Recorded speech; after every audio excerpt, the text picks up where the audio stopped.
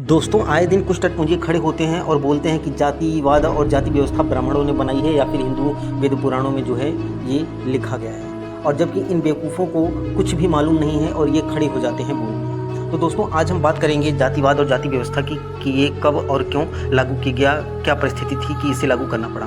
तो दोस्तों, जाति ब्राह्मणों ने बनाई है ऐसा कुछ बेवकूफ़ मानते हैं, तो उन्हें बस यही कहना है कि अरे बेवकूफ़ों, जाति ब्राह्मणों की देन नहीं है। एक्चुअली में ऐसा है ना कि ब्राह्मणों को गाली देना बहुत आसान है। एक फेमस श्लोक है, तिलक तराजू और तलवार इनको मारो जूता चार। जब चुनाव आता है तब इस श्लोक का यूज किया जाता है। अब कहने की बात यह है कि राजा, अगर आप किसी को इज्जत दोगे तो आपको मिलेगा, और अगर आप किसी को जूता मारोगे तो वो भी आपको जूता मारेगा। ऐसा नहीं है कि वो आके बोलेगा कि भैया बहुत अच्छा किए, धन्यवाद। अब रही बात दोस्तों कास्ट की, तो हिंदू समाज का केंद्रीय तत्व है ये। जैसे खाना पीना, रिश्ते नाते, रहन सहन इंक्लूडिंग ऑल, सब इसी से निर्धारित किया जाता है। इसमें सबसे ज़्यादा भूमिका ब्राह्मणों की होती है क्योंकि ये उच्चतम स्तर पर होते हैं। अब क्वेश्चन ये आता है कि ऐसा क्यों हो रहा है। एक्चुअली में ब्राह्मणों को गाली देना बहुत आसान है क्योंकि इनकी जनसंख्या कम है और अचीवमेंट बहुत ज़्यादा है। धर्म पर अभी भी इनका एकाधिकार है, और 3 से 4% जिसकी पॉपुलेशन हो और धर्म पर जिसका एकाधिकार हो और अचीवमेंट अच्छी हो, उसको टारगेट बनाना बड़ा ही आसान होता है। उससे पोलराइजेशन करने में बड़ी ही आसानी होती है।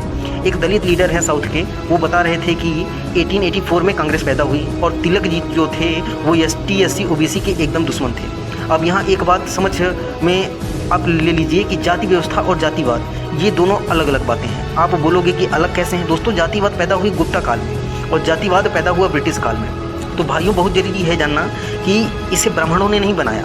आप सभी सुपर 30 मूवी तो जरूर देखे होंगे ऋतिक रोशन की। उसमें एक डायलॉग है कि आवश्यकता आविष्कार की जननी है। अब चलिए हम सीधा फैक्ट पे बात करते हैं। तो दोस्तों, वैदिक पीरियड, बुद्ध काल, मौर्योत्तर काल और पोस्ट मौर्य, ये मुद्रा अर्थव्यवस्था का काल है। यहाँ पे पैसा है, मनी इकोनॉमी का काल है। जबकि Gupta period, post Gupta, Rajput period, ये फ्यूडलिज्म का काल है, सामंतवाद का काल है। यहाँ से मुद्रा अर्थव्यवस्था का पतन शुरू हो रहा है। यहाँ पर मुद्रा अर्थव्यवस्था है ही नहीं, तो जब मुद्रा अर्थव्यवस्था यहाँ पे नहीं है तो कार्य के बदले में सर्विस चार्ज कैसे देंगे? सेवा के बदले में सर्विस चार्ज।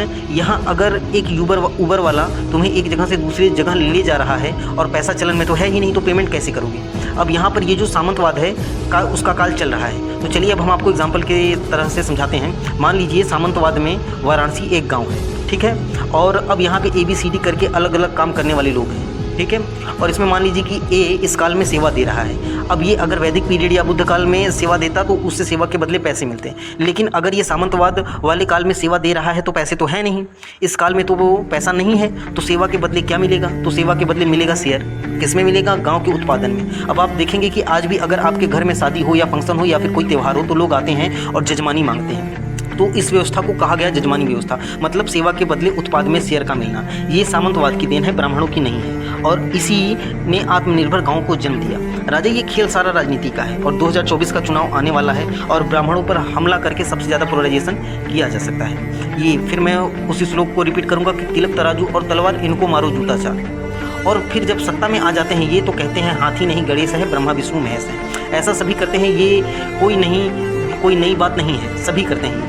आप देखो खोल के, कहते हैं कि मनुवादी, और कौन मनुवादी कि चल रही है आज के समय में। अगर कोई ऐसा कर दे तो ST SC एक्ट उस पर लग जाएगा तुरंत। किसी ने सही कहा है, ब्राह्मणों को दान, मंदिर को अनुदान और मनुवादी को मतदान। It's very important. एक बात और बताता हूँ, पतंजलि ईश्वर को नहीं मानता क्योंकि उसे धंधा करना है, इसलिए वह नास्तिक है। जबकि आप रामानंद मध्यकाल के बहुत बड़े संत थे, वो ब्राह्मण हैं, और कबीर इनके शिष्य हैं, गुरु रविदास इनके शिष्य हैं, सब लोअर कास्ट से हैं जो कि इनके शिष्य हैं। और कहाँ किसी ने इनके जो है कानों में गर्म तेल जो है डाला? हाँ, और आगे आपको मैं बताता हूँ। आप लाहड़ी महाशय को तो जानते होंगे, ये भी एक ब्राह्मण है, और इनका एक दलित शिष्य है भगवान दास, उसको अपने बगल में गद्दी पर ये बैठाते हैं, आप चेक कर सकते हैं। ये सब कहाँ किसने जो है उनके शूद्रों के कानों में जो है तेल और जो है शीशा खोलता हुआ डाला?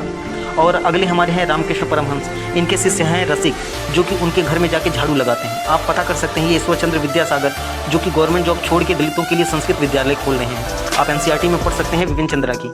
ऐसे बहुत हैं, अगर नाम गिनवाना शुरू कर दिया तो पूरा दिन बीत जाएगा। और इन्हें छोड़ दो आप, डॉक्टर अम्बेडकर, ये जो इनका टाइटल है अम्बवाडकर, उन्होंने अपने ब्राह्मण गुरु से लिया है। भाइयों, पाखंड का विरोध करो। 24 का इलेक्शन आ रहा है और जैसे इलेक्शन ख़त्म सब बंद, सब यही रंडी रोना जो है इनका चला रहता है कि एकलव्य का अंगूठा मांग लिया, एकलव्य का अंगूठा में न मांग लिया।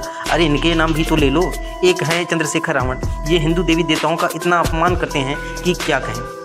हर वक्त संविधान पर कानून की व्यवस्था माननी है, ये जो है संविधान का चोचला जो है ये करते रहते हैं। हाँ, और हर वक्त एक दूसरे को लड़ाने का ही ये काम करते हैं। मतलब ये है ना कि मुंह में राम बगल में छुरी, तो इनका यही है। उधर संविधान करेंगे और हर तरफ जो है ये लॉ एंड ऑर्डर को तोड़ेंगे, कानून व्यवस्था को नहीं मानेंगे। तो दोस्तों, दूसरों को लड़ाना, इतनी नफरत नहीं फैलनी चाहिए देश में। भाई लोग, आप समझदार लोग हैं, जातिवाद क्यों पैदा हुई है भाई?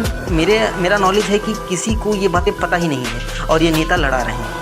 और जब पता ही नहीं है तो इन्हें फैक्ट मालूम ही नहीं होगा कि एक्चुअल में सब हो क्या रहा है, कैसे क्या हुआ है, तो ये आपस में लड़े जा रहे हैं। और जो भी आ रहा है वो जो है सवर्णों को ही गाली दे रहा है, हिंदू धर्म को टारगेट कर रहे हैं, और जबकि इन्हें इन सब के बारे में कुछ भी मालूम नहीं है। और जैसे ये चुनाव जीत जाते हैं तो फिर जो है ये इनका फिर भाईचारा शुरू हो जाता है। तो दोस्तों, उम्मीद करता हूँ कि आपको हमारा वीडियो पसंद आया होगा। मिलते हैं नेक्स्ट वीडियो में। धन्यवाद।